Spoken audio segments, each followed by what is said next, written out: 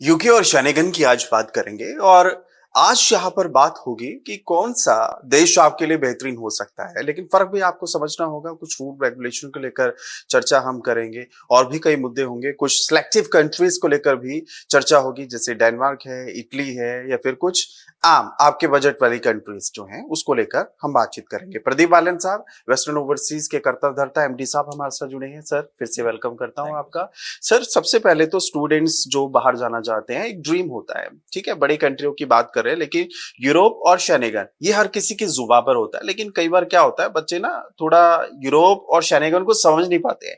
मैं चाहूंगा पहले आप ये कैटेगरी बताएं, ये अलग अलग कैटेगरी क्या है और कितने देश आते हैं सर इसमें।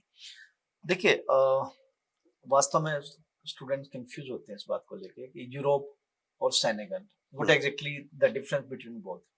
यूरोप एक 60 कंट्रीज का कॉन्टिनेंट है, ठीक है। उसमें कुछ उस यूनियन में काफी, जैसे एजुकेशन को लेके, इकोनॉमिक को लेके, या फिर हेल्थ सेक्टर को लेके, या जो पॉलिसीज बनती हैं, ठीक है। लेकिन जो 60 कंट्रीज है वो जरूरी नहीं है कि एक कंट्री का अगर आपका वीजा है 60 के 60 कंट्रीज में आप ट्रेवल करोगे। सेनेगन एक 26 कंट्री है इन आउट ऑफ 60 कंट्रीज जो यूरोप में है, उनमें से 26 कंट्री हैं जो सेनेगन है। जो सेनेगन कंट्रीज है उसमें एक कैंडिडेट एक वीजा पे इन 26 कंट्रीज में फ्रीली मूव कर सकता है, मूवमेंट्स हो सकती है एक वीजा पे। वो by air, by train, by road दूसरे सेनेगन कंट्रीज में जा सकता है। तो सेनेगन में यही है कि एक कंट्री का आपका वीजा लग गया तो आप 26 कंट्रीज। अगर सेनेगन की बात करें, पोलैंड है, जर्मनी है, फ्रांस है, डेनमार्क है, स्वीडन है, नीदरलैंड है, लातविया है, लिथुनिया है, इस टाइप ये जो कंट्रीज हैं ये सारे के सारे सेनेगन में आते हैं। एक और चीज जानना चाहूंगा। अब कंट्रीज की बात आप कर रहे हैं, लेकिन सिलेक्टिव कंट्रीज क्या है? बच्चे कहाँ जाना ज्यादा पसंद करते हैं कि ठीक है हमारा बजट भी बन जाए, यहाँ पर जाए, कमा भी ले थोड़ा? देखो, हम आउट ऑफ 26 तकरीबन 15-16 कंट्रीज में डील करते हैं जी, जिसमें जर्मनी टॉप पे आता है। जर्मनी सबसे ज्यादा बच्चा जाता है क्योंकि यहाँ पे अप टू 18 मंथ का वर्क वीजा है। डेनमार्क है, डेनमार्क में बच्चा जाता है, ठीक है। अब डेनमार्क की मैं बात करूँ तो डेनमार्क में अप टू 3 ईयर का रेजिडेंस परमिट मिलता है, ओके, ठीक है, आफ्टर स्टडी। इसके अलावा पोलैंड है, माल्टा है, हंगरी है, फिनलैंड है, स्विट्जरलैंड है, लिथुनिया है, लातविया है, आपका क्रोशिया है, आपका हंगरी है, ये सारे कंट्रीज हैं इसमें वेस्टर्न ओवरसीज डील करता है। और वर्क राइट की बात की जाए, फिर पोस्ट स्टडी वर्क वीजा की बात की जाए, किसी में 3 ईयर का है, किसी में 2 ईयर का है, किसी में 1 ईयर का है, किसी में 18 मंथ का है। okay. जैसे मैंने डेनमार्क की बात करी, तो अगर आप प्रोफेशनल बैचलर्स के लिए जा रहे हैं, या मास्टर्स और पीएचडी के लिए जा रहे हैं, 3 ईयर का रेजिडेंस परमिट मिलता है। वहीं अगर मैं इसकी जर्मनी की बात करूं तो बैचलर या मास्टर्स करते हैं तो आपको अप टू 18 मंथ का वर्क वीजा मिलता है। हाँ, मैं फ्रांस की बात करूं तो अप टू 5 ईयर का भी मिलता है। जी, ठीक है। इसके अलावा अगर मैं इटली की बात करूं तो 1 ईयर का मिलता है। तो हर एक कंट्रीज का अलग अलग पोस्ट स्टडी वर्क राइट्स है। स्पाउस ले जा सकते हैं यहाँ पर? स्पाउस की बात करें तो 2 कंट्रीज बड़े फेमस है, ओके, जो अगर आप साथ लेके जाना चाहते हैं। सबसे पहले डेनमार्क आता है और उसके बाद फिनलैंड आता है। तो डेनमार्क में स्टूडेंट्स को खुद के कोई फंड नहीं दिखाने। मतलब अगर डेनमार्क में आप फाइल लगा रहे हैं, थोड़े से उनको 65% मार्क्स चाहिए मिनिमम, 13 ईयर की एजुकेशन चाहिए। मतलब अगर कोई +2 पास है तो +2 + 1 ईयर की का कोई डिप्लोमा या उसके पास यूनिवर्सिटी का फर्स्ट ईयर कंप्लीट हो तो उसका बैचलर में एडमिशन हो जाता है। मास्टर्स के लिए 4 ईयर की डिग्री चाहिए। तो मतलब लास्ट 65% मार्क्स चाहिए। 6.5 बैंड नो लेस देन 6 चाहिए। पीटी एक्सेप्टेबल नहीं है। अच्छा। और स्टूडेंट्स को टॉफल यस, लेकिन आइल्स ज्यादा चलती है। तो यहाँ पे स्टूडेंट्स को कोई फंड नहीं दिखाना।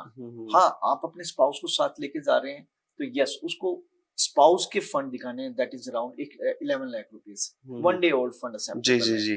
तो यहाँ जरूरी है कि आपकी मैरिज पुरानी हो, अगर करंट है तब भी एक्सेप्टेबल है। स्पाउस की कोई एजुकेशन नहीं देखी जाती। तो मतलब कहने का ये है। और उसके अलावा अप टू 3 ईयर का पोस्ट स्टडी वर्क वीजा भी है, रेजिडेंस परमिट भी है। तो सबसे ज्यादा अगर स्पाउस की बात करें तो Denmark is the good option. September intake है, उसके लिए हम वर्क कर रहे हैं। इसके अलावा फिनलैंड भी है। फिनलैंड में आप बैचलर्स में भी स्पाउस में जा सकते हो और मास्टर्स में भी जा सकते हो। डेनमार्क में अगर डिपेंडेंट लेकर जाते हैं तो प्रोफाइल उसकी भी चेक होती है जैसे ऑस्ट्रेलिया में होता है? लेकिन देखो, जेन्युइन रिलेशनशिप होनी चाहिए। अच्छा। कोई जरूरी नहीं है कि भी आपकी मैरिज पुरानी हो, करंट है, एक्सेप्टेबल है। ये नहीं है कि आप ग्रेजुएट होने चाहिए। ओके अगर आप 12th पास भी हो, अगर आप 10th पास भी हो, हम्म, तब भी चलेगा। मतलब स्टूडेंट की एजुकेशन देखी जाती है, उसके स्पाउस की नहीं देखी जाती। ठीक है। स्विट्जरलैंड सबसे महंगा है स्टडी के मामले में, वहाँ का बजट तो कोई आप कहता है लेके चलिए 40-45 लाख तो होगा ना सर? नहीं नहीं, ऐसा नहीं है। अगर मैं स्विट्जरलैंड की बात करूं, स्विट्जरलैंड की एक ब्यूटी भी है।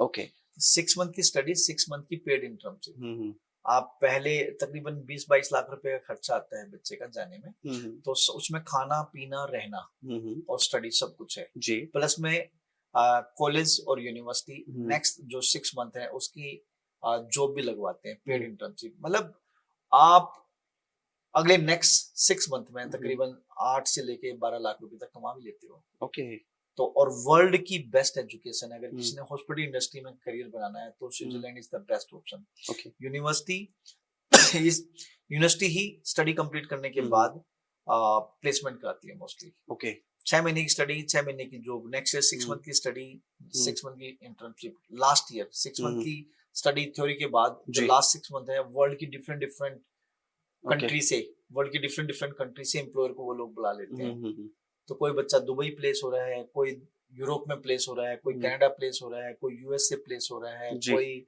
इंडिया में भी प्लेस हो रहा है, हम्म कोई नेपाल में प्लेस हो रहा है। मतलब क्योंकि 5 स्टार ओके होटल्स आते हैं या फिर डिफरेंट डिफरेंट अदर जो वर्ल्ड की अच्छी हम्म जो एम्प्लॉयर्स हैं वो आते हैं और बच्चे को हम्म उठा लेते हैं। इटली और लग्जमबर्ग आजकल मार्केट में बहुत ट्रेंड में चल रहा है सर आपको। जी अगर मैं दोनों की बात करूं बेहतर कौन सा होगा अगर किसी बच्चे ने जाना है स्टडी के लिए और काम भी करना है फिर? देखो, Italy is the best option. Okay Italy अगर अगर मैं बात करूं तो जो 5-7 26 कंट्री में से जो 5-7 बड़े डेवलप कंट्रीज हैं उसमें से इटली आता है। हम्म यहाँ पे पोस्टली वर्क राइट्स भी जी है। जी जी इवन कि हमारे पास एक ऐसी भी यूनिवर्सिटी है जिसमें बच्चा आफ्टर गेटिंग द वीजा भी पे कर सकता है। ओके इसके अलावा आप विदाउट आइल्स भी जा सकते हो। हम्म सितंबर इनटेक के लिए हम काम कर रहे हैं। वर्ल्ड की अच्छी यूनिवर्सिटीज में से रैंकिंग वाली यूनिवर्सिटीज आती है ओके और स्कॉलरशिप भी बच्चे को दिलाएंगे।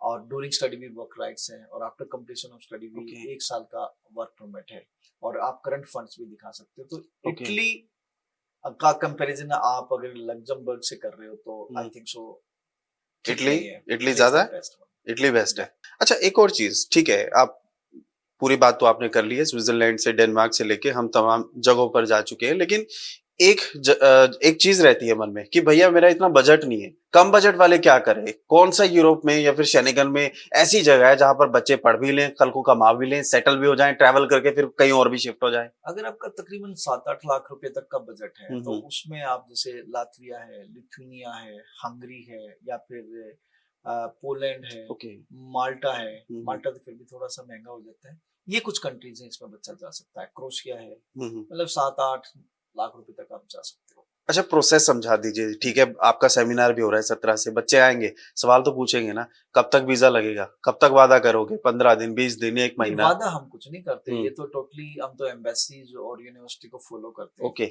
और बड़ा ट्रांसपेरेंट काम करते हैं और बच्चों के मैक्सिमम बच्चों के वीजा लगते हैं। अच्छा हमारी तरफ से खुद से कोई वादा नहीं है। हम्म हम यहाँ पे यूनिवर्सिटी के जो यूनिवर्सिटी बोलती है उस हम्म बिहाफ पे काम करते हैं। जो हम्म, एम्बेसी के रूल रेगुलेशन है उस बिहाफ पे काम करते अच्छा हैं। स्टूडेंट अपने एकेडमिक लेके आए 10th 12th, हम्म बैचलर कर रखी है बैचलर लेके आए, गैप है तो गैप एक्टिविटी लेके आए, आइल्स कर रखे है वेल एंड गुड है। हम्म और विदाउट आइल्स अगर इंग्लिश अच्छी है तो विदाउट आइल्स भी जा सकते हो। फंड्स आपके पास होने चाहिए। कोई 3 महीने पुराने फंड्स मांगता है, कोई 1 डे ओल्ड भी फंड मांगता है। तो ये सारे डॉक्यूमेंट आप जब देंगे एकेडमिक पासपोर्ट आइल्स तो okay then we will arrange your offer letter. आपने फी पे करनी है। कुछ कंट्रीज में फी पे होती है, कुछ में नहीं होती है। तो उसके बाद क्या नाम आपकी फाइल लॉन्च होगी, उसके बाद आपका वीजा लगेगा। ठीक है सर बहुत बहुत धन्यवाद। तो प्रदीप बालेन साहब ने बताया किस तरीके से चीजें हैं और यूरोप और शेनेगन को आपने समझा कंट्रीज को आपने समझा बजट आपका उसके हिसाब से आप यूनिवर्सिटीज को सिलेक्ट कीजिए और काबिल बच्चा काबिल जगह पर जाकर अपनी जिंदगी कामयाब करेगा यही हमारी सोच है और हम भी दुआ करते हैं कि आप इस सेमिनार का फायदा उठाएं। एक बहुत ही बड़ा मेगा फेयर हो रहा है 17 तारीख से और अपने शहर को देखें आप वेस्टर्न ओवरसीज के पेज पर जाएं कहाँ सेमिनार हो रहा है आप आए सवाल पूछें और फ्री में आपको तमाम सवालों के जवाब मिलेंगे। नमस्कार।